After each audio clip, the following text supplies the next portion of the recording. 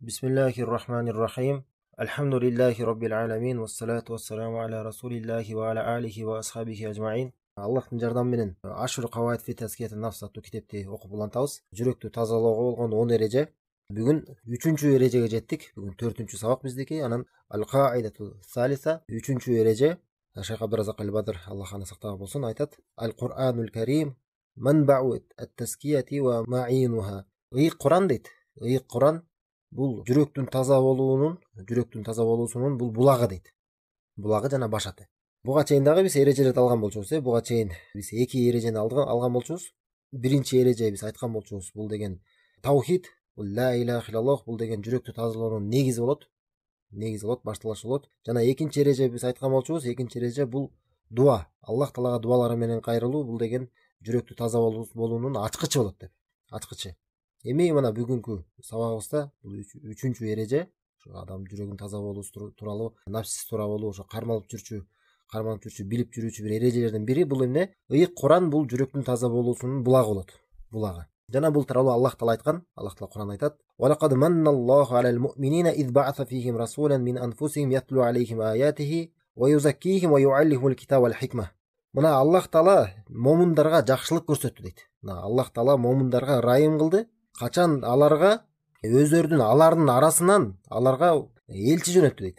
Аларга элчи жөнөткөндө дейт. Ал элчи аларга дейт, анын Аллах Тааланын аяттарын окуп турат дейт. Аяттарын окуп турат, мени Куранды окуп турат, жана эмне дейт? Ваюзаккихим дейт. Жана аларды тазалап турат. Аларды ар кандай жүрөктү булгай турчу нерселерден же болбосо ушундай жүрөктүн ооруларынан, ушундай нерселерден эмне дейт? Аларды тазалап турат. Жана эмне дейт? Ваюаллихумул китаба вал хикма. Жана аларга китепти үйрөтөт дейт. Китепти, Куранды үйрөтөт. Жана даанышмандык деди, хикмат. Хикмат деп бул жакта даанышмандык деген мааниси, бул жакта сүннөт. Куран жана сүннөттү үйрөтөт деген маани. Демек бул жакта мына Аллах Таала айтып атат. Мына Аллах Таала момундарга райым көрсөткөн экен, эмне кылып? Качан аларга элчи жөнөткөндө, ана ал элчи бизге ошо Аллах Тааланын аяттарын окуп, ошо Куранды окуу менен биз Куранды үйрөнгөн соң эмне болот экен? Ошол аркылуу анан биздин жүрөктөрүбүз тазаланат экен. Жана шейх айтат, демек эң улуу ошо жүрөктү тазалай турган бир себептердин бири бул Куранул Карим, Куран. Куран болуп эсептелет. Бул китеп, бул өзү Куран ошол жүрөктү таза болуусунун ар кандай кемчиликтерден, ар кандай оорулардан, ошо жүрөктү булгай турган нерселерден таза болуусунун бул булагы жана анын башаты болуп эсептелет, башы. Демек ким эгерде өзүнүн жүрөгүнүн таза болуусун, өзүнүн нафсинин таза болуусун каалаган болсо, аны каяктан издеш керек экен? Аны Аллахтын китебинен издеш керек. Аны Аллахтын китебинен издесе ошол жактан табат. Ошол тууралуу мына Ибн Аббас радиаллаху анхума, мунун Ибн Аби Шейбанын Мустаннаф аттуу китебинде айтылган сөзү келет. Ибн Аббастын ал айтат, пайгамбар саллаллаху алейхи сахабалардан бири. Ал айтат: "Даминаллаху лиман таба'ал Кур'ана алла ядилла фид дунья ва ла яшка фил ахира." Аллах Таала дейт. Аллах Таала ал кепилдик берди дейт. Аллах Таала кепилдик берди. Эмне дейт? Ким эгерде Курандын артынан ээрчиген болсо, Куранга ээрчиген болсо, ал бул дүйнөдө адашпайт дейт. Бул дүйнөдө адашпайт, жана акыретте дагы бактысыз болбойт дейт. Ким эгерде Курандын артынан ээрчиген болсо, ал бул дүйнөдө адашпайт, жана акыретте дагы бактысыз болбойт деп Аллах Таала кепилдик берди деп Ибн Аббас айтып жатат. Тумма тала, андан соң буга далил келтирип, Аллах Таала айткан сөзүн келтирди. Мынтип айтат Аллах Таала: "Фаман иттаба худая фала ядиллу ва ла яшка."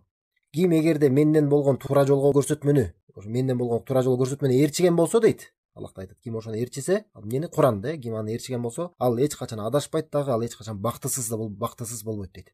Демек эгерде ким бул дүйнөдө адашып калуудан корккон болсо, жана бактысыз болуп калгандан корккон болсо, эмне кылыш керек экен? Ал Куранга умтулуусу зарыл. Куранга умтулуп, ошо Курандын артынан ээрчиш керек. Анткени эмне Ибн Аббас айткандай, Аллах Таала убада берди. Бул дүйнөдө адам адашпайт, Курандын артынан ээрчисе, ошондой эле акыретте да бактысыз болбойт. Ошондой эле Аллах Таала айтат: "Я айюхан насу кад жааткум мау'изатун мин раббикум ва шифаун лима фис судур ва худа ва рахматул лил муъминин." Адамдар дейт.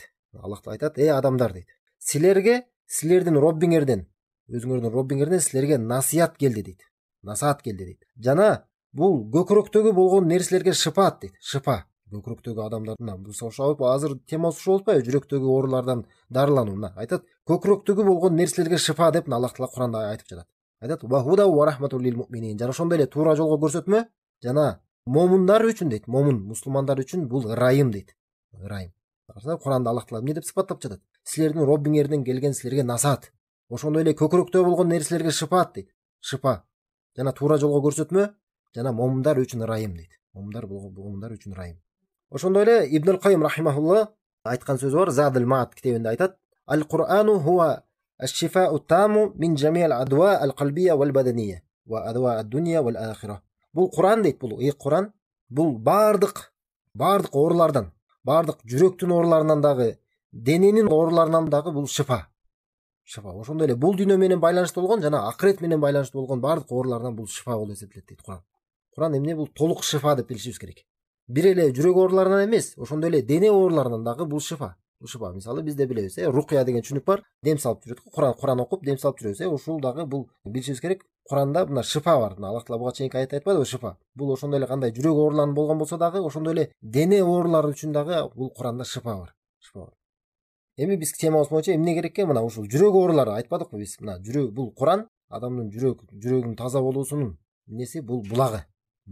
Ошондой эле Аллах Таала айтат Құранда: "Аллазина атайнахумул китаба ятлунаху хакка тилавати улайка юминуна би." Биз аларга китепти бергендер дейт. Аны дейт, ошо Құранды чыныгы окуу менен окушат дейт.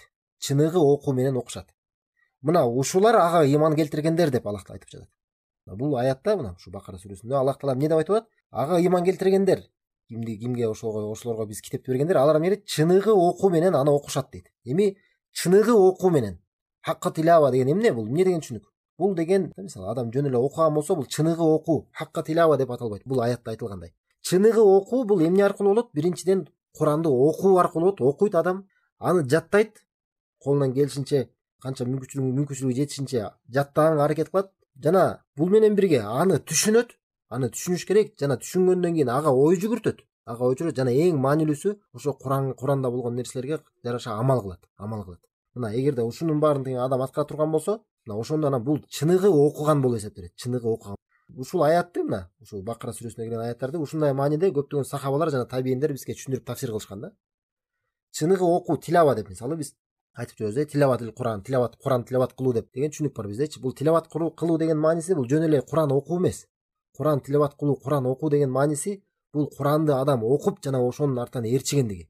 Кандай буйруктарга болгон болсо Құранда, кандай буйруктарга кезиккен болсо Құранда ошолорду аткарып, кандай тыюулар болгон болсо ошолордон тыйылып, жана ошондо Құранда кандай маанилер келген болсо ошолорго ой жүгүртүп, мына ошондо анан чыныгы окуган болуп эсептелет.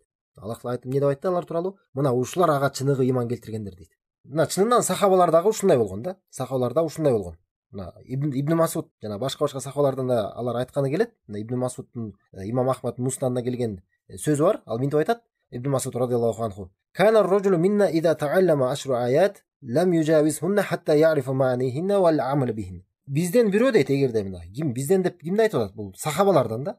Эгерде биздин арабыздан бирөө 10 аят үйрөнгөндөн кийин дейт, Құрандан 10 аятты үйрөнсө, ошол 10 аяттын маанисин билмейинче жана ага жараша амал кылмайынча андан ары кетчү эмес дейт. Андан ары өтчү эмес дейт да. Эмне экен? Мына ушул сахабалардын жолу болгон Құран менен болгон. Качан адам ошо Құранды бир канча бир аятты үйрөнгөндөн кийин, жаттагандан кийин окуса, ошонун маанилерин түшүнбөйүнчө жана ага жараша амал кылмайынча андан ары өтпөшү керек. Ошондо гана бул сахабалардын жолунда болгон болот. Сахабалардын жолу ушундай болгон. Ошондо анан адам толук Құрандан пайдалана алат да. Анан Құранды адам качан окуп жатканда мунун максаты деген эртерээк Құран окуп бүтүү эмес, же болбосо толук Құранды жаттап бүтүү эмес. Толук жаттап жүргөндөр бар да, маанисин түшүнбөгөндөр да бар. Жок, эмне экен? Мына могу сахабалар айткан, мына ушул нерсе мааниси. Құрандан болгон, Құранды биз окуп жатканда мына максаты ушул. Эмне экен? Ага жараша амал кылуу, анын маанилерин түшүнүү. Ушул Құрандын максаты да, Құран жүргөн максаты. Адам эгерде Құранды окуган болсо, анын маанилерин түшүнбөй эле жана ага жараша амал кылбай эле Құран окуп жүргөн болсо, бул деген чыныгы тилават кылды, чыныгы Құран окуп жүрдү деп аталбайт. Фудайл ибн Ияд аттуу табииндин, улуу биздин мусулмандардын чоң алымынын айткан сөзү бар. Ал айтат: "Иннама назалал Курану ли ю'мала бихи фаттахадан-нас қираатуху амала." Құран бул чынында Құран бул ага жараша амал кылыш үчүн чүрүлгөн дейт. Құран эмне үчүн чүрүлгөн экен? Ага жараша биз амал кылып жүрүшүбүз үчүн. Жана адамдар аны окуганда эле амал кылып алышкан дейт. Адамдар аны окуган менен эле чектелип алышкан да. Адамдар ойлоп калышкан, мына аны окуп жүргөн болсо эле, Құранды окуп атсак эле, демек мына ушул эле жетиштүү деп ойлойт да. Жок, андай эмес. Құран ал үчүн чүрүлгөн эмес. Құран ага жараша амал кылыш үчүн чүрүлгөн. Жана биякта шейх айтат, эгерде Аллах Таала кайсы бир өзүнүн пендесине урмат көргөзүп, аны Құран окуп жүрүшүнө Аллах Таала багыттаган болсо, жана Құранга ой жүгүртүп, жана ошо Құранга жараша амал кылганга, ошо аракет кылып жүрүшүнө Аллах Таала багыттаган болсо, демек ошол адам дейт, ошо жүрөктүн таза болуусунан, напсисин таза болуусунан эң чоң үлүшкө жетишкен дейт да. Эң чоң үлүшкө жетти дейт ошол. Демек эмне экен? Мына ушул бүгүнкү айтып аткан тема, демек жүрөктүн таза болуусу эмне менен байланыштуу экен? Жүрөктүн таза болуусу, напсинин таза болуусу бул Куран менен байланыштуу. Адам Куранга канчалык көңүл бурса, ошончолук анын жүрөгү таза болот. Ошончолук анын напси таза болот. Ошончолук ар кандай балелерден, ар кандай жүрөктө болгон оорулардан ошонусун баарынан эмне арылат. Ошон үчүн Куран менен, Куранды окуп, ага жараша ой жүгүртүп, анан ага жараша амал кылуу менен ошондой оорулардан анан адам кутула алат. Жана бул жакта дагы бул менен шейхтин сөзү бүттү. Эми дагы кошумча айта кетчү нерсе бар. Айта кетчү бул Куран тууралуу маанилүү айта кетчү нерселер бар. Бул биринчиден биз билишибиз керек, бул Куран Аллахтын сөзү. Бул Аллахтын сөзү, бул жаратылган эмес. Бул жаратылган эмес. Аллах Тааланын сөзү, Аллах Таала чыныгы муну айткан. Аллах Тааланын сөзү. Ошондой эле Куран бул деген тирүүлөргө түшүрүлгөн. Билишибиз керек, Куран бул тирүүлөргө түшүрүлгөн. Бул өлгөндөргө, маркумдарга түшүрүлгөн эмес. Бул бизге тирүүлөргө, биз ошо тирүү болуп жүргөн кезибизде буга жараша амал кылып калыбызга, ошо өлүмгө чейин биз бул Куран менен жашап калышыбыз үчүн түшүрүлгөн бизге. Адам өлгөндөн кийин ага окуп коюу үчүн эмес, андай эмес. Эмне бул биз үчүн, тирүүлөр үчүн түшүрүлгөн. Анткени Аллах Таала Куранда, Ясин сүрөсүндө айтат. Көп адамдар эмне Ясин сүрөсүн ошо маркумдарга окуп жүрүшөт дагы, анан ошо менен чектелип жүрүшөт, Ясин сүрөсүндө ошо маркумдарга эле окуп жүрүшөт го. Ошо Ясин сүрөсүндө Аллах Таала айтат: "Ва ма алламнаху ши'ра ва ма янбагила". Биз аны дейт, Аллахтын элчиси, ага бир эле ырларды үйрөткөн жокпуз дейт. Биз ага ырларды үйрөткөн жокпуз. Бул Куранда айтып жатат. Бул ырлар эмес дейт. Ва ма янбагила. Жана ага дейт, Аллахтын элчиси дейт, ал акын болуу ага ылайык эмес дейт. Ал акын эмес. Айтат: "Ин хуа илля зикрун ва Кур'анун мубин". Чынында бул дейт, ал окуп турган нерсе. Ал ошо окуп жүргөн нерсе, бул эмне дейт? Бул чынында зикир дейт, бул эскерүү жана анык Куран дейт. Анык Куран. Ясин сүрөсүндө эмне дейт? Анык Куран эмне дейт? Мына уландысында эмне деп айтып жатат? Лиюнзира ман кана хайя дейт. Тирүү адамдарды эскертүү үчүн дейт. Ушул аятта Аллах Таала айтып жатат. Бул кимге түшүрүлгөн экен? Бул Куран, Куран. Эмне үчүн? Тирүү адамдарды эскертүү үчүн дейт. Тирүү адамдарды. Биз үчүн түшүрүлгөн. Биз ушу тирүү кезибизде буга жараша амал кылып, жашап калып, туура жолду ыйманды таап калышыбыз үчүн бизге ушун үчүн түшүрүлгөн. Бул өлгөн адамдар үчүн түшүрүлгөн эмес. Ушуга көңүл бурушубуз керек да. Ошондой эле бул Куран тууралуу дагы айта кетчү нерселер биз билишибиз керек да. Көп эле хадис аяттар бар, бул Курандын фазилеттерин баяндап кеткен бизге. Көп аят хадистерде Курандын фазилеттери жөнүндө айтылат да. Анан ошондой эле эгерде мынтип айтылганда бар да, ким эгерде Курандын фазилетин билгиси келген болсо, Курандын башка адамдардын сөзүнөн артыкчылыгын билгиси келген болсо, анда эмне? Мисалы мына Куран, Аллах Тааланын сөзү бар. Жана башка адамдардын сөздөрү бар, туурабы? Ошо Аллахтын сөзүнүн башка адамдардын сөзүнөн болгон артыкчылыгын билгиси келген болсо дейт, анда Аллах Таала менен өзүнүн макулуктарын, жаратылган адамдардын ортосундагы артыкчылыкты билсин дейт да. Айырмачылык кандай? Мына Аллах Тааланын сөзү адамдардын сөзүнөн болгон айырмачылыгы канчалык деңгээлде экен? Мына Аллах Тааланын өзүнүн жана пенделеринен болгон айырмачылык. Бул Аллахтын сөзү кандай улуу нерсе. Демек, Куран окулуп жатканда биз кунт коюп угуп турушубуз керек. Эмне деп айтылып жатат? Ага ошо маанилерине көңүл бурушубуз керек. Анткени Аллах Таала бизге кайрылып жатат. Аллах Таала бизге кайрылып жатат. Эгерде кайсы бир адамга эгерде өзү бир сыйлаган адам болгон болсо, мүмкүн бир кайсы бир кызматтагы адам же болсо бир ким өзү мисалы бир атактуу адам бир кайрыла турган болсо, кандай кунт коюп мисалы мүмкүн угар эле да. А бул жакта эмне? Биздин баарыбызды жараткан Аллах Таала бизге кайрылып жатат. Аллах Таала бизге өзүнүн китебин, өзүнүн сөзүн бизге түшүрүп жатат. Биздин ага болгон мамилебиз кандай? Жана чынында ким эгерде Куранга көңүл буруп жүргөн болсо, Курандын аяттарына ой жүгүртүп, анын түшүндүрмөлөрүн, тафсирлерин окуп, ага жараша амал кылып, аракет кылып жүргөн болсо, мына ушул адам чыныгы бактылуу адам. Өзгөчө биздин учурда, биздин учурда мына биздин заманда канча деген адамдар интернетте же ар кайсы жактарда ар кайсы адамдардын сөздөрүн окуп жүрүшөт, туурабы? Тигил минтип айтты, тигил кандай айтты, ал минтип айтты деп адамдардын сөздөрүн окуп жүрүшөт. Кандай укмуш айтыптыр, ана мындай айтыптыр, андай айтыптыр депчи. Мына Аллах Тааланын айткандарын ким ой жүгүрүп жүрөт буларга? Мына Аллах Тааланын айткандары боюнча ким, Аллах Тааланын сөздөрүнө ким, ошо сөздөр боюнча ким талкуу жүргүзүп жүрөт? Мына бул чынында Аллах Тааланын сөзү, бул берекелүү сөз. Бул берекелүү Куран. Жана бул чынында бул Куран биз ага ой жүгүрүшүбүз үчүн түшүрүлгөн. Биз ага ой жүгүрүшүбүз керек. Жөн эле окуп коюу бул жетиштүү эмес. Анткени Аллах Таала Куран айткан: "Китабун анзалнаху илейка мубаракун лияддаббару аяти ва лиятадаккару улул албаб" дейт. Мына Аллах айтат, китеп дейт, бул китеп, бул Куран. Биз аны сага түшүрдүк, ал берекелүү китеп дейт. Ал берекелүү китепти биз сага түшүрдүк. Эмне үчүн дейт? Анын аяттарына адамдар ой жүгүртүшү үчүн дейт. Курандын аяттарына алар ой жүгүртүүсү үчүн. Ошондой эле акыл ээлери эскериш үчүн дейт. Аллах Таала башка Кур'ан аятында айтат: "Афала ятадаббарунал Кур'ан ам аля кулубихим акфалуха". Алар Куранга ой жүгүртүшпөйбү дейт. Алар адамдар Куранга ой жүгүртүшпөйбү? Же эмне алардын жүрөктөрүнө кулпулар барбы дейт. Жүрөктөрү кулпуланып, жүрөктөрү жабылып калгандыктан эмне ошол себептен алар Куранга ой жүгүртпөй жүрүшөбү дейт. Аллах Таала эмне дейт? Бул жакта айыпты айтып атат. Эмнеге алар Куранга ой жүгүртүшпөйт дейт? Эмнеге алар Куранга ой жүгүртүшпөйт? Эмне алардын жүрөктөрүндө кулпулар барбы дейт. Ибн Кайым рахимахуллахтын өтө пайдалуу сөзү бар. Дарс Саада, Мифтах Дарс Саада китебинде айтат: "Фала шайя анфа лил калби мин кираатил Кур'ан бит тадаббур ва тафаккур". Жүрөк үчүн дейт, бүгүнкү биздин темабыз туурабы, китебибизге байланыштуу. Жүрөккө Куранды окуп жүрүүдөн жана ага ой жүгүртүү, терең ой жүгүртүү, көңүл буруп ой жүгүртүүдөн башка дейт, жүрөк үчүн андан дагы эч бир пайдалуу нерсе жок дейт. Жүрөккө эң пайдалуу нерсе эмне экен? Бул Куран. Аллах Тааланын сөзү.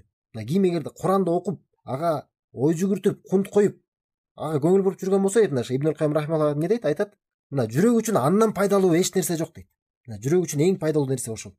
Жана башка айткан сөз бар. Ибн Кайым рахималлах эмне деп айтат? "Мифтаху хаятил калби тадаббурул Кур'ан". Жүрөктүн тирүү болуусунун ачкычы дейт. Адамдын жүрөгүнүн тирүү болуусунун. Кээ бир тирүү адамдар бар, алардын жүрөктөрү өлүк да. Бул жакта дейт, адамдын жүрөгүнүн тирүү болуусунун ачкычы бул Куранга ой жүгүртүү дейт. Качан адам Куранга ой жүгүрткөн болсо дейт. Ошондой эле ваттадар бил асхаб. Жана эртең менен ошо таңкы маалда Аллах Таалага дуалар менен кайрылуу. Аллах Таалаган жалбарып, Аллах Таала дуалары менен кайрылуу, ошондой эле ватарк зунуб жана күнөөлөрдү таштоо дейт. Күнөөлөрдү таштоо. Ушул иш 3 нерсени эмне деген? Жүрөктүн тирүү болуусунун ачкычы деп айткан. Эми Курандан кантип пайда ала алабыз? Бул жакта маанилүү да тема бар, айта кетишибиз керек. Эми Курандан биз кантип пайда ала алабыз? Кандай көңүл бурсак, кандай учурда пайда ала алабыз Курандан? Бул тууралуу ошол эле Ибн Кайым рахимахуллахтын Фаваид китебинде айткан сөзү бар. Пайдалуу айтат: "Ида араттал интифа бил Кур'ан", эгерде сен Курандан пайда алгың келген болсо дейт. Эгерде сен Курандан пайда алгың келсе, айтат: "Фажма калбака инда тилавати". Анда биринчиден айтат, жүрөгүң менен ошо толук бурулуп, ошо Куранга толук жыйналып жүрөгүң менен. Анан даяр болуп тургуң дейт, биринчи. Даяр бол. Ошо Куранды окуп атканда, инда тилавати ва самаихи дейт. Куранды угуп атканда же аны окуп жатканда эмне дейт? Биринчиден жүрөгүң менен толук жыйналгын. Айтат: "Валqi sam'aka" дейт. Жана ошондой эле көңүл буруп кулак сал дейт. Кулак салып көңүл буруп угуп тур. Угуу, биринчи эмне дейт? Ага чейин жүрөк менен адам даяр болот. Андан кийин көңүл буруп угуусу зарыл экен. Экинчи. Үчүнчү айтат: "Вахдир худура ман юхатибуху бихи ман такаллама бихи субханаху минху илейхи". Ошондой эле үчүнчү элестетип тургуну дейт. Ушул сага кайрылып жаткан, ошо сен угуп жаткан сөздөрүң дейт. Бул так эле сага айтылып жаткандай сөздөр сыяктуу элестет дейт. Бул жөн эле сөздөр эмес. Жөн эле аяттар эмес. Чынында сага айтылып жаткан сөздөр сыяктуудай кылып элестеткиң дейт. Чынында ошондой. Биз качан Куран аяттарын угуп жатсак, Аллахтын сөзүн угуп жатсак, бул Аллах Таала ар бирибизге кайрылып жатат. Бул тууралуу ушул 3 нерсе эмне дедик? Биринчи эмне экен? Эгерде Курандан пайда алгыбыз келген болсо, толук жүрөк менен даяр болуп турушубуз керек экен, жүрөгүбүз менен жыйналып. Экинчи, кулак салып көңүл буруп турушубуз керек. Жана үчүнчү, Аллах Таала бизге кайрылып жаткандай ошону элестетишибиз керек экен. Мага айтып жатат деп угуп турушубуз керек экен. Анан Ибн Кайым дагы бул тууралуу дагы бул аятты келтирет. Аллах Таала бул тууралуу айткан: "Инна фи залика лазикра лиман кана лаху қалб ау алqa as-sama ва хуа шахид". Чынында бул нерседе эскерүү бар дейт. Бул нерседе эскерүү бар. Зикр бар, эмнеде? Куранда. Ким үчүн дейт? Лиман кана лаху қалб. Жүрөктүү адамдар үчүн дейт. Тирүү жүрөктөрү бар адамдар үчүн. Ошондой эле ау алqa as-sama же болбосо кулак салып турган адамдар үчүн дейт. Же кулак салып турган дейт. Ва хуа шахид, ошол учурда эле күбө болуп турган адамдар үчүн дейт. 3 нерсени айтып жатат, Аллах Таала. Биринчиден карасаңар, бул жакта өтө маанилүү аят да бул. Аллах Таала бул жакта таасир эте турчу нерсени айтат дагы, жана кимге таасир эте алат? Таасир этчү нерсе бул жакта эмне дейт? Лазикро дейт. Бул эскерүү дейт. Бул эскерүү Куран. Инна фи залика лазикро дейт. Чынында бул нерседе лазикро дейт. Бул эскерүү бар дейт. Эскерүү эмне экен? Бул таасир этчү нерсе. Эми кимге таасир эте алат? Бул жакта Аллах Таала болгондо айтат: "Лиман кана лаху қалб". Кимдин жүрөгү бар болгон болсо, жүрөгү болгон болсо, тирүү жүрөгү болгон болсо, маанисинде кабыл алуучу адамдын жүрөгү тирүү болгон болсо, ошондо эскерүүлөрдү, ошондо Аллахтан болгон насааттарды жүрөгү кабыл алат. Бул жана Ибн Кайым буга чейин айткандай, жүрөгү менен толук умтулуп даяр болуп турусу, алqa as-sama дейт. Ошондой эле кулак салып турган. Кулак салып көңүл буруп угуп турган. Бул экинчи дейт. Ал үчүнчү Аллах айтат: "Ва хуа шахид", ошол учурда сергек абалда дейт. Күбө болуп турган дейт. Күбө болуп, ошо берилип, чачырандуу болбой, алаксыбай эч нерсеге. Мына ушул Аллах Таала мага айтып жатат экен деп күбө болуп тургандай, мына ушул мына 3 нерсени мына буга чейин Ибн Койим айткандай. Ушундай 3 нерсе менен адам сыпаттала турган болсо, ошондо анан эмне толук Курандан пайда ала алат. Толук Курандан пайда ала алат. Жана чынында Куран билишибиз керек, бул туура жолго көрсөтмө. Туура жолго жол көрсөтмө. Аллах Таала Куранда айткан: "Худаллил муттакин" дейт. Бул таква адамдар үчүн жол көрсөтмө дейт. Башка аятта Аллах Таала Куранда айткан: "Худаллин нас" адамдар үчүн жол көрсөтмө дейт. Эми бул жакта кайра суроо пайда болот да. Бир аятта таквалар үчүн, таква пенделер үчүн жол көрсөтмө дейт. Башка аятта эмне дейт? Адамдар үчүн туура жолго көрсөтмө дейт. Эми суроо, мунун айырмасы эмне? Кандай карама-каршылык болуп атат? Жок. Эмне дейт? Чынында бул таква адамдар толук ошо Курандан толук пайда алат. Чыны таква адамдар үчүн бул толук туура жолго көрсөтмө болот. Ал эми баардык адамдар үчүн, эмне ошо таква эмес адамдар үчүн бул жөн эле аларга каршы далил болуп калышы мүмкүн. Аллахтын алдына барганда алар эч кандай актануусу болбош үчүн. Жана билишибиз керек, Куран бул ыйык Куран, бул Аллахтан болгон бизге эскерүүсү, туурабы? Эскерүүсү. Жана Аллахтан болгондон кийин Аллах Таала ар кандай кемчиликтерден алыс болгондук, таза болгондуктан Аллахтан болгон бул Аллахтын сыпаты, Аллахтын сөзү дагы ар кандай кемчиликтерден таза. Мына бул тууралуу Аллах Таала Куран айткан: "Валау кана мин инди гайриллахи лаважаду фихи ихтилафан касира." Эгерде бул Куран Аллахтан эмес боло турган болсо дейт, анда мында дейт, анда мында алар көптөгөн карама-каршылыктарды табышат эле дейт. Бирок чынында эмне? Куранда эч кандай карама-каршылык жок. Ошол менен бирге Аллах Таала Куранды сактайм деп убада берген.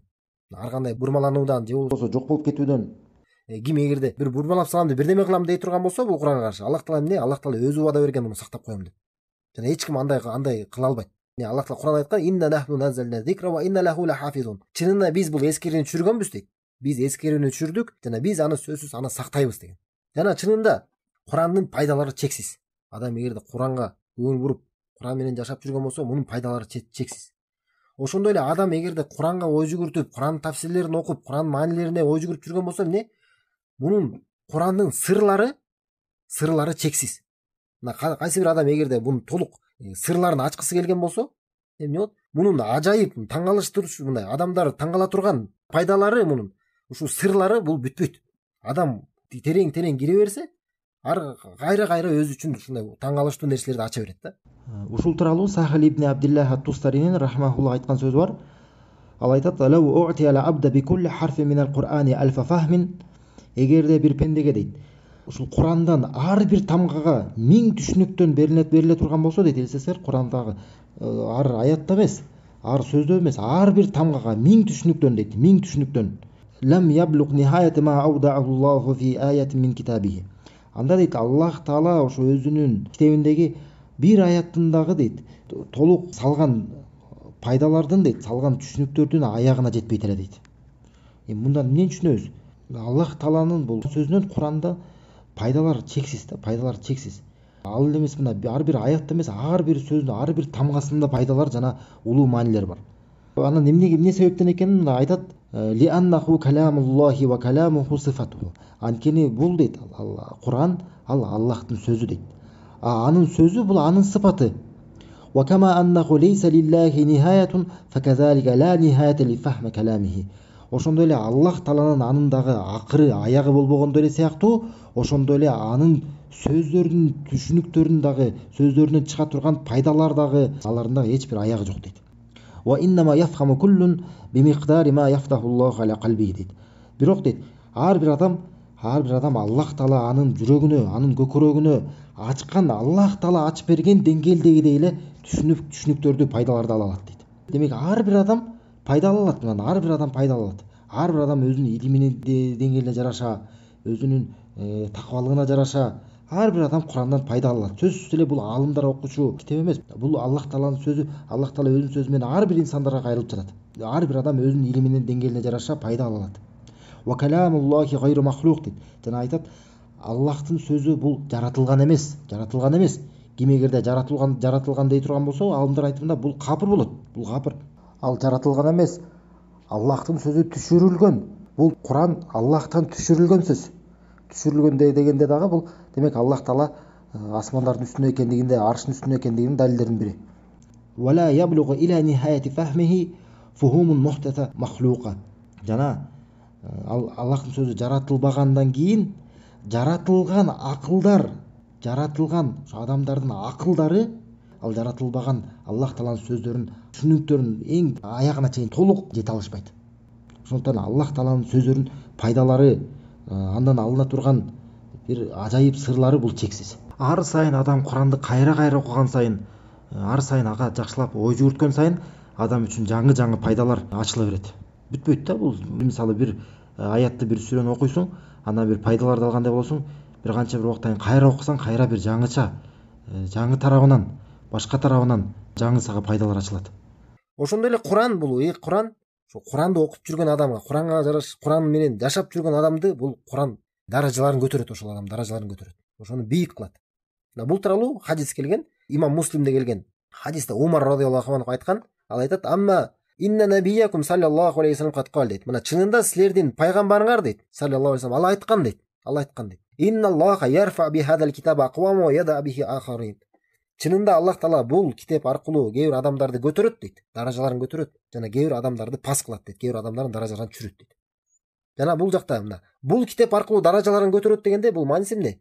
Ким эгерде бул Куранды окуган болсо, жана ага жараша амал кылган болсо, ошолордун даражаларын көтөрөт. Ал эми бул китеп аркылуу алардын даражасын түшүрөт деген мааниси эмне? Ким ал китептен баш тарткан болсо, ал китепти ким бул китептен алыстаган болсо, ким бул китеп менен амал кылбаса, ошол адам эмне кор болот да.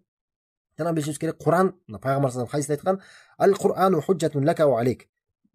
Куран бул чынында сенин пайдаңа же болбосо сага каршы далил деген. Эгерде биз Куранга жараша амал кылып жүргөн болсок, Куранга көңүл буруп жүрсөк, чынында бул биз үчүн биздин пайдабызга далил болот. Ал эми кимде ким Курандан алыстап, Куранга жараша амал кылбаса, бул Куран ошол адамга каршы, өзүнө каршы эле далил болот. Ошондой эле хадисте келген, Куран бул кыяматта ошо Куранды окуп жүргөн адам үчүн бул шапаатчы болот.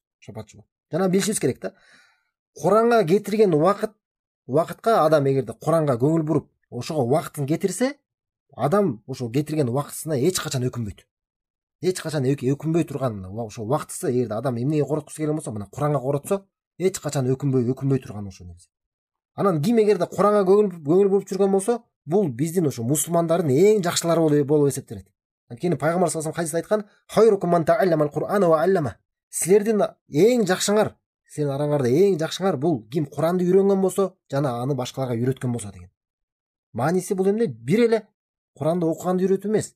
Ошондой эле Курандын маанилери тууралуу, Курандагы буйрук тыюулар тууралуу, жана эң башкы Куран чакыра турган, Курандын башынан аягына чейин айтылган таухид тууралуу, туура акыйда тууралуу үйрөтсө, жана ошондой эле Курандагы болгон эң башкы тыюудан, ширктен кайтарып аны үйрөтсө, ушунун баарысынан кирет бул. Бул пайгамбар саллаллаху алейхи вассалам айткан сөз. Жана дагы маанилүү нерсе бар бул жакта, пайда. Аалымдар айтып келишет. Биз билебиз, биздин үммөтүбүз, мусулман үммөтүбүз бул бардык үммөттөрдүн эң жакшысы. Бардык үммөттөрдүн эң жакшысы. Эмне себептүү бул биздин үммөт эң жакшы үммөт болуп эсептелет? Анткени бул үммөткө бизге Куран түшүрүлгөн. Мына биздин үммөткө Куран түшүрүлгөндүгү себептүү, мына биздин үммөт эң жакшы үммөт болду. Ошондой эле биздин пайгамбар, пайгамбарыбыз ким? Мухаммад саллаллаху алейхи вассалам. Ал дагы пайгамбарлардын эң жакшысы. Пайгамбарлардын эң артыгы, эң фазилеттүүсү ким? Пайгамбарыбыз саллаллаху алейхи вассалам, Мухаммад саллаллаху алейхи вассалам. Ал эмнеге эң жакшысы болгон? Анткени ага Куран түшүрүлгөн. Ошондой эле периштелердин эң жакшысы ким? Жибрил алейхиссалам. Эмнеге Жибрил алейхиссалам эң периштелердин эң артыгы болгон, эң фазилеттүүсү болгон? Анткени ал Куранды түшүргөн, Аллах Тааланын Куранды. Ошондой эле айлардын эң жакшысы кайсы ай? Рамазан айы. Эмнеге Рамазан айы эң жакшы ай? Анткени Рамазан айында Куран түшкөн. Ошондой эле түндөрдүн эң жакшы түнү кайсы? Ошо Рамазан айындагы Кадыр түн, Кадыр кечеси. Эмнеге Кадыр түн эң жакшы түн? Анткени ошо Кадыр түнү эмне болгон? Куран түшкөн. Ошондой эле Мекке менен Медина жер жүзүндөгү эмнеге эң жакшы жерлер? Эң фазилеттүү, эң жакшы жерлер эмнеге? Мекке менен Медина. Анткени ошо Мекке менен Мединада пайгамбар саллаллаху алейхи вассалам жүргөндө, ошол Мекке менен Мединада Куран түшкөн. Ошондуктан эмне экен? Мына Куран бул бардык ушу буга чейин айтып кеткен нерсенин баары тең жакшы кылган нерсе. Аларды фазилеттүү кылган нерсе, аларды бийик даражалуу кылган нерсе. Ошондой эле эгерде биз да Куранга ошончолук көңүл бурган болсок, Курандын адамдары болгон болсок, Куранга жараша жашап жүргөн болсок, Аллах Таала дагы бизди ошо Куран менен, өзүнүн Кураны менен бизди дагы даражалабызды көтөрөт. Жана эң акыркы айта кетүүчү нерсе, биз билишибиз керек. Куранга амал кылуу дегенде, Куранга амал кылуу дегенде биз мисалы кандайча адам Куранга амал кылат. Адам бир кайсы бир аяттарды окуган болсо, биз буга чейин айткан болчубуз, бул мага айтылып жатат. Мына ушул мага айтылып жатат деген түшүнүк менен адам угуп туруш керек. Же окуп атканда. Анан кантип адам пайда ала алат? Кантип адам амал кыла алат Куранга? Мына биз ушу устаздардан, шейхтерден сураган болчубуз, алар мынтип айтканда, мисалы, кайсы бир аятты окусаң дейт. Мына кайсы бир аятты окуган болсоң, ошол аятты карап туруп, ошого жараша ой жүгүрткүң келет. Мына ушул аятка жараша мен эмне кылдым деп өзүңө суроо бер дейт. Ар бир аятка, кайсы бир бөлүкчө аяттарга ошо кезиккен болсоң, окуган болсоң же уккан болсоң, ошол аятты карап туруп айткың дейт, өзүңө суроо бергин. Ушул аятка жараша мен эмне амал кылдым? Ушул аяттын негизинде Аллах Таала менден эмнени күтүп жатат? Эмнени мага буйрук кылып жатат? Эмнеден мени кайтарып жатат? Деп ошону өзүңө суроо бергин дейт. Эгерде ошону амал кылып аткан болсоң, ошол аятка жараша бир нерсе кылган болсоң, демек альхамдулилlah, сен Куранга жараша амал кылган экенсиң дейт. Ал эми амал кылбасаң, анда эмне? Ошого аракет кыл, Аллахтан дуа кыл, ошого умтул дейт. Анан бул жакта мына билишибиз керек дагы мына. Куранга амал кылуу дегендин эң биринчи, эң башкы нерсеси бул Куранга жараша амал кыла турган нерсеге кирген. Бул эмне? Бул тахкикут таухид. Ушул таухидти иш жүзүнө ашыруу. Ла илаха иллаллахтын негизинде жашоо. Адам качан ширктен алыс болгон болсо, Аллахтан башкаларга сыйынуудан алыс болгон болсо, капырчылыктан алыс болгон болсо, жана таухидтин негизинде жашаган болсо, мына ушул эң алгачкы мына Куранга жараша Курандын негизинде амал кылган адам болуп эсептелет. Анткени эмне?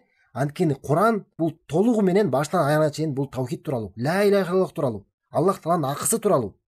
Демек ким эгер таухидти кармаган болсо, таухидти карманып ширктен алыс болуп жүргөн болсо, мына ошол адам мына эң биринчи, эң алгачкы кимне? Ошол адам Курандын негизинде амал кылып жүрөт деген аталуусуна эң татыктуу адам. Бул тууралуу дагы мына Ибн Кайым Мадариж Саликин китебинде айткан сөзү бар.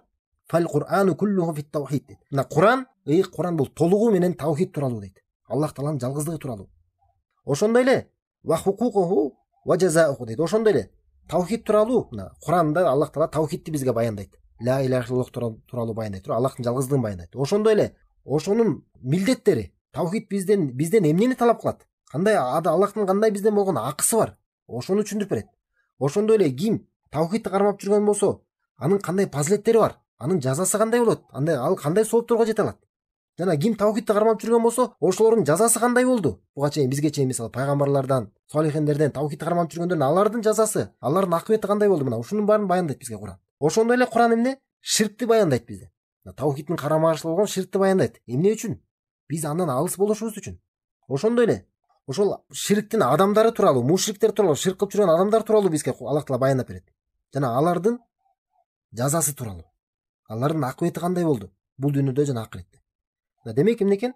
Куранга башынан аягына чейин биз ой жүгүрткөн болсок, эмне экен? Куран башынан аягына чейин толук таухид тууралуу. Же таухид тууралуу түзмөсүз айтылып жатат, же таухидтин фазилеттери жөнүндө айтылып жатат, же таухидти кармагандар менен, таухидке каршы болгондор менен болгон ортолорунда алардын кандай карама-каршылыктар болгон, жана таухидтин адамдардын кандай акыбети кандай болду? Ошондой эле ширк, таухидке каршы чыккан мушрик адамдардын алардын да акыбети кандай болду? Мына ушунун баары тең бизге эмне Куран баяндайт. Демек эмне экен? Куранга жараша амал кылуунун бул эң башкы бул көрсөткүчү эмне экен? Качан адам таухидти кармагандыгы. Качан таухидти карманып жүргөн болсо, Аллахтан башка эч ким шерик келтирбей адам ушул таухид негизинде жашап жүргөн болсо, демек ошол адам ошол адам эмне деп аталат?